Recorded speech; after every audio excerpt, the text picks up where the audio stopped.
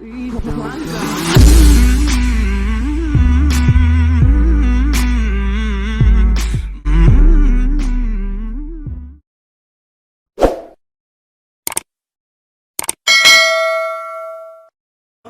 di sini nih, nah ini nih, gue pikir nih peluang terbesar saya. Ketika saya masih kafir itu, oh ini senjata gue nih, dapet nih gue. Gue pikir seperti itu kan. Karena saya sudah nyerah lah, udahlah, gue harus milih Islam nih.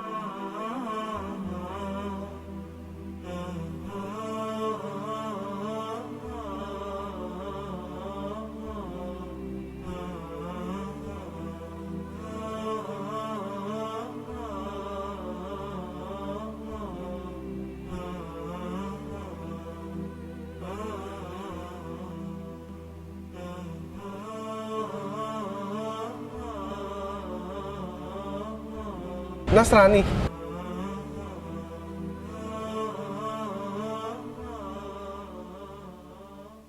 Ketika saya bertanya kepada yang lebih paham daripada saya nggak mau nyebut saya nanya ke siapa ya.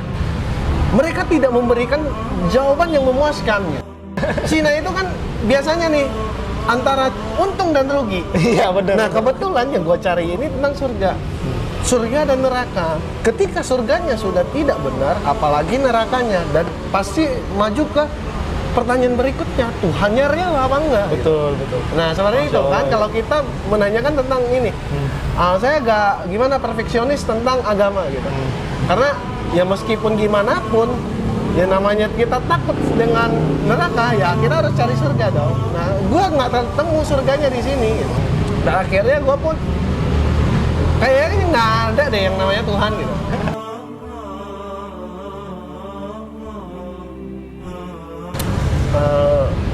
Tapi begini ya, saya garis bawahi dulu, sebelum saya masuk ke Islam, saya sempat tidak mengenal itu Tuhan.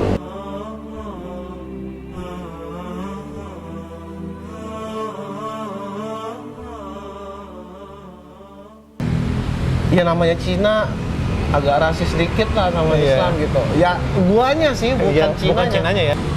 Dengan bantuan beberapa teman ini untuk membenci Islam, dan akhirnya timbullah mindset saya sangat membenci Islam. Gue mencari celah dengan cara membaca Al-Quran dan beberapa buku hadis yang saya beli, saya mencari celah di situ. Saya pun mencari celah untuk menghina Islam.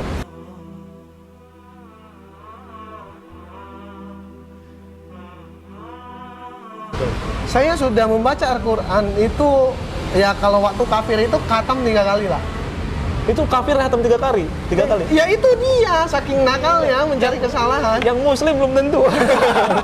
Tapi baca terjemahannya ya, kan ada terjemahannya gitu.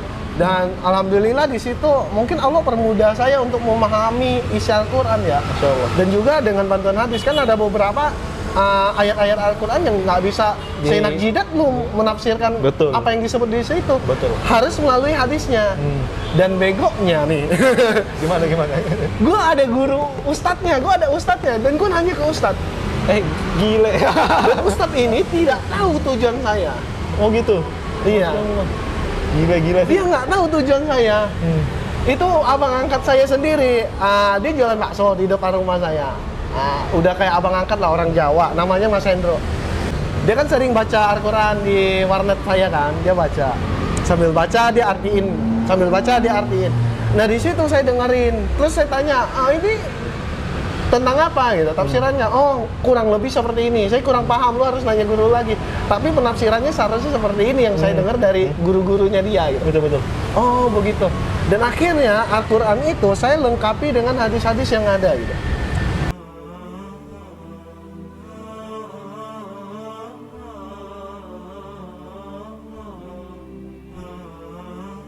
Ketika gua mulai tidak menemukan sesuatu, dari semua isinya ada beberapa yang membuat saya menyerah untuk menyerang Al-Quran. Masya Allah.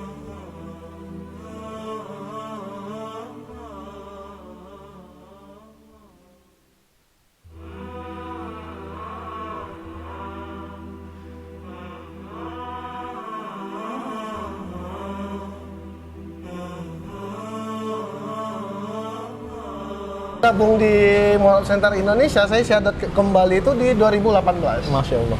Ketika saya udah di Jakarta sini, saya ketemu dengan Mualaf Center, saya mulai belajar pelan-pelan, ya sambil sharing-sharing kepada teman-teman di lapas-lapas dulu ya, itu dengan Pak Yunan berdua gitu. Sharing, nanya-nanya keadaan aktivitas di lapas seperti apa, dan kebanyakan yang murtad itu di lapas hampir 3 orang per hari ya. Masya Allah. Itu di lapas gimana bisa masuk kok? Ceritanya kok?